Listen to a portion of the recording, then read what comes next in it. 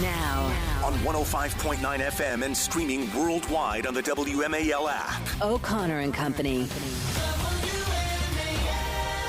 7:07 now on O'Connor and Company. Thanks for tuning in here this Monday, 15th day of April. Coming up at 7:35, Ryan Ellis is a tax expert, and he'll give us some details about how this tax day is a little different than past. And at 8:05, Tom Fitton, Judicial Watch. It's Larry O'Connor alongside Julie Gunlock. Good morning. Julie, you can hear it in the voice of all of the Trump-hating journalists who are announcing today in the same way, the glee, they're almost salivating. The criminal trial of Donald Trump begins today in Manhattan. Even though the president has had to see the inside of a courtroom quite a bit over the last year, this is the first actual criminal trial, charges of a criminal nature against the former president. And joining us to help unpack it is Joe diGenova, legal analyst and former U.S. Attorney to the District of Columbia. Good morning, Joe. Good morning. If you could sort of reset this for us, Alvin Bragg, who is now the DA of Manhattan, ran on a platform of elect me, I'll get Trump. And these charges against him are based on how he recorded a payment to his lawyer that ended up being a payment for a non-disclosure agreement with the actress known as Stormy Daniels. People are confused, number one, how this rises to the level 8 years later of a criminal felony, and number two, how this also involves federal election issues, because you would think that anything having to do with campaign money and elections would be the purview of the Justice Department, not of the district attorney in Manhattan. So how did we get here in the first place? Well, we got here because of a corrupt local prosecutor named Alvin Bragg, who decided, after initially saying he wasn't going to bring these charges after they had been declined by his predecessor, Cy Vance, decided he was going to bring it after someone who worked for him named Pomerantz wrote a book about it, disclosing all sorts of internal deliberations about the case and the grand jury. And then Alvin Bragg did a 180 and decided to bring a case. And there is no doubt that he decided to do that after pressure from the Biden Justice Department and the Biden White House. This is not a legitimate criminal case.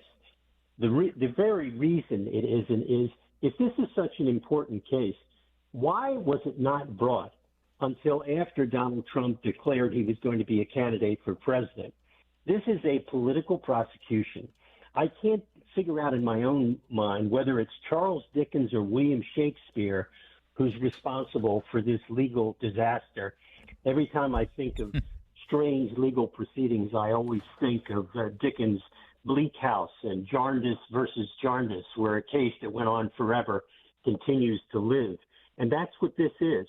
This is a case that is born purely out of politics. It was designed to occur before an election to hurt a candidate for president. It was designed by Biden and the Biden Justice Department to do that. Yeah. And sad to say, the New York legal system has gone along with every aspect of it, both civil and criminal, and the great New York legal system has now become a Dickensian farce. All right, a lot there that I want to unpack. The first is the timing, as you just alluded. If you could just, I just want to be clear on this, and you can affirm one way or the other, but we've known about this, I think, really since the campaign or right after the 2016 campaign. The Justice Department investigated this as they were going after Michael Cohen. They declined to take it. Is there anything new that has brought us to these criminal charges here in 2024 during a presidential campaign that wasn't already known by prosecutors in Manhattan and anywhere else? What, 7 years ago, 6 years ago? Is the only timing issue here? It's not like there's new evidence. It's just that, well, it's an election year, so now we're going to bring the charges. Nothing new has occurred except that Joe Biden decided to run for re-election. In 2020. That's what's new. Yep. The new piece of evidence is Biden decided not to retire, not to do what he said he was going to do when he ran the first time, which is be a one-term interim president, but to run again to save America from Donald Trump. It's an assist. In the process of doing that, he is destroying the Constitution, subverting it. But we all know that for Democrats, it doesn't matter if you destroy things, change rules, change the dialectic, change everything in order to get what you want to retain power. One other thing that I just wanted to follow up on real fast, Julie, if I could. You said that this is coordinated through the Biden department's Justice Department. Is it true? I saw these stories, and I know that you follow this better than I do. That's why we have you on as a guest. That at least one, if not other, former staff members of Merrick Garland's Justice Department took leaves of absence to go and work for Alvin Bragg in the Manhattan DA's office. Basically, they left the DOJ temporarily so they could assist and work on this prosecution? That is correct. One of them, in fact, Mr. Colangelo, will be in the courtroom this morning. Wow. Leading this case. Wow. Joe, is it even possible for him to have a fair trial? I mean, is there? Well, isn't this just theater? This is that of course, Julie, is the key question. Whenever you think of any trial for famous people, you think, can they get a fair trial? And the only way, in the case of Donald Trump, he could have gotten a fair trial, which was would have been a change of venue out of Manhattan into other boroughs or other parts of New York State. That was denied by the trial judge, Judge Merchan, and by the Court of Appeals.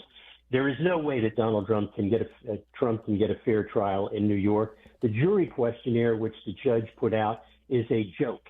It's something that Saturday Night Live would have put together if you wanted to show how to determine prejudice against a potential defendant. He asks all sorts of questions about people who might have allegiances or biases toward Trump, but not a single question about Joe Biden or the Democratic Party or people's affiliations with those entities. It's pretty disgraceful. But again, it's so transparent, it's so awful that it is like a crime by the government being committed in plain sight.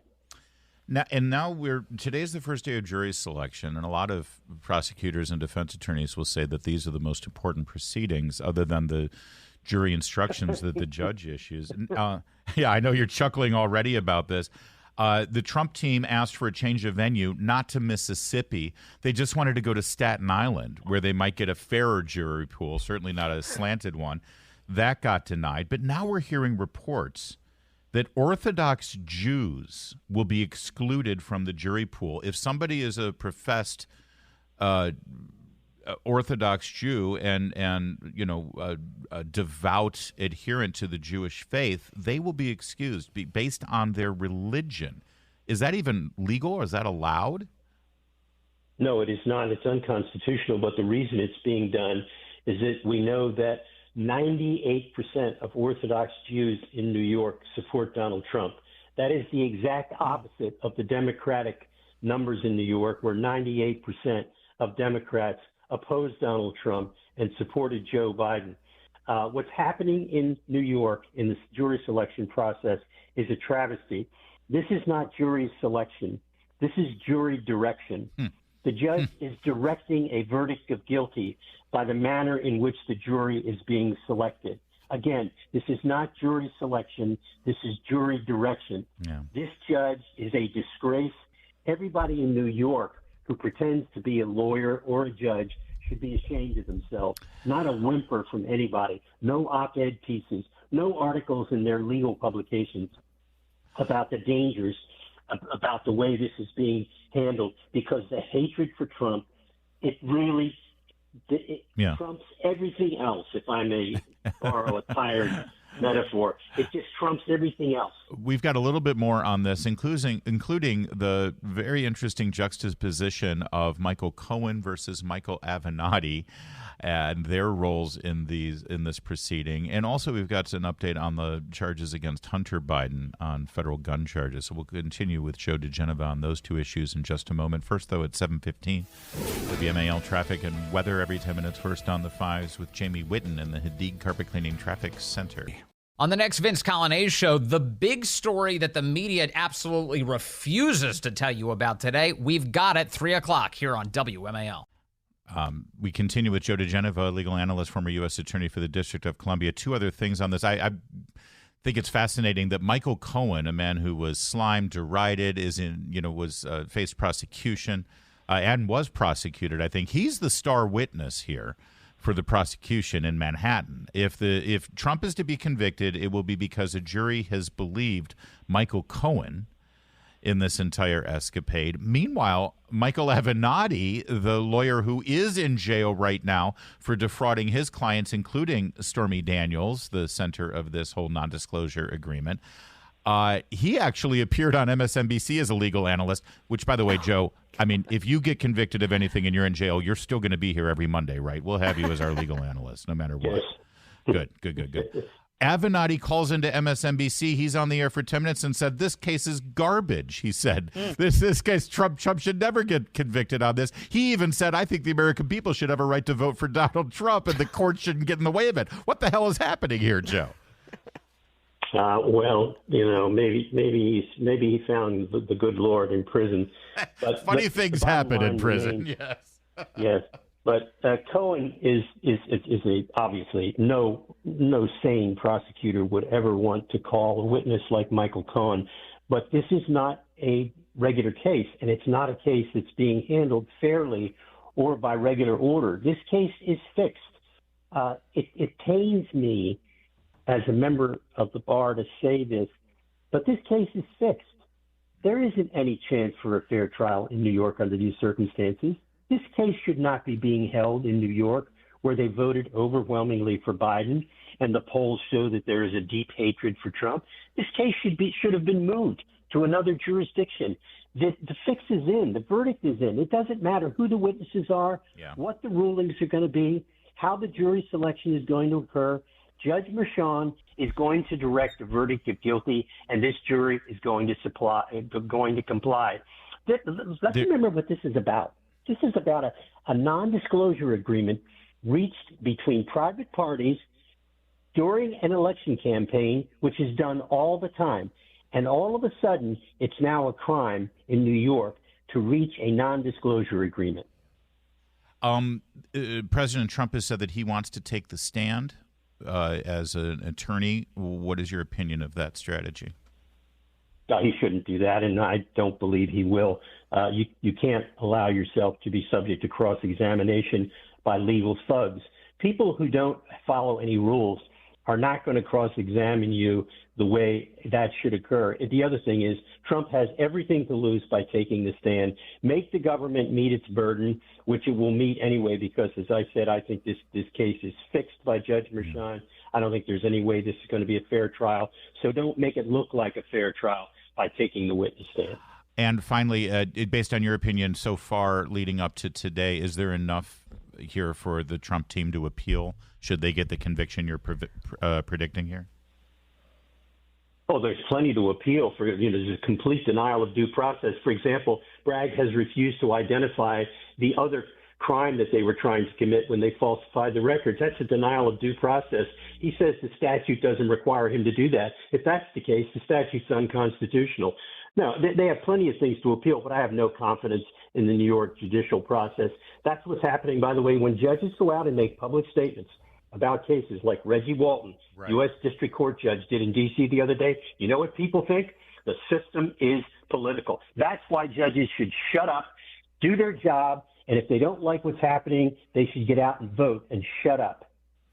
Yeah, meanwhile, Hunter Biden, he's looking to have those gun charges dismissed. Do you think that'll happen?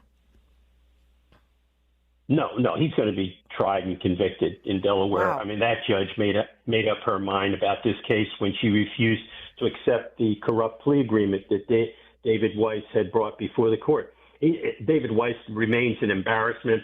That he even is allowed to touch any of these cases with his political corruption is such an embarrassment to the Department of Justice. What Merrick Garland has done to that department, thinking he's being a hero, is really an embarrassment. All right, Joe, it's always great to start a busy week with you, especially a busy week that shows Donald Trump appearing in a courtroom now for the first time with a criminal trial. One last question. Do you think, I think I already know the answer, will this have any real political impact? At this point, do you think the American people haven't already made up their mind here in terms of these charges that have been brought against him? Or do you think just the specter of Donald Trump is now a convicted felon, that actually might change things politically? I don't think so. I think actually his numbers may go up with a conviction, especially in the black community. I've always often said this about Trump. You saw those pictures of him at Chick-fil-A the other day, and the wonderful hug from that fabulous black woman. Donald Trump is a gangster in the black community. He is viewed as a gangster. And that is exactly what's going to happen if he's convicted in the black community. He will be viewed as a victim in the black community and an even bigger and more important gangster than ever before. Let's just let the record reflect that was gangsta with an A apostrophe at the end. Gangsta. Brought to you by Joe diGenova. Thanks, Joe. Always good to hear from you. It is. It's 7:20. We should stick together. Those of us in the majority of Americans who are afraid of the dentist and have anxiety and put off going to the dentist. That's right. Recent polls show that the majority of us constantly and consistently put off the dental visit because we hate the process. That's why I love Bethesda Sedation Dentistry. Dr. Rob and Dr. Deb are the best dentists you're ever going to meet. And they have diligently put together a practice that specifically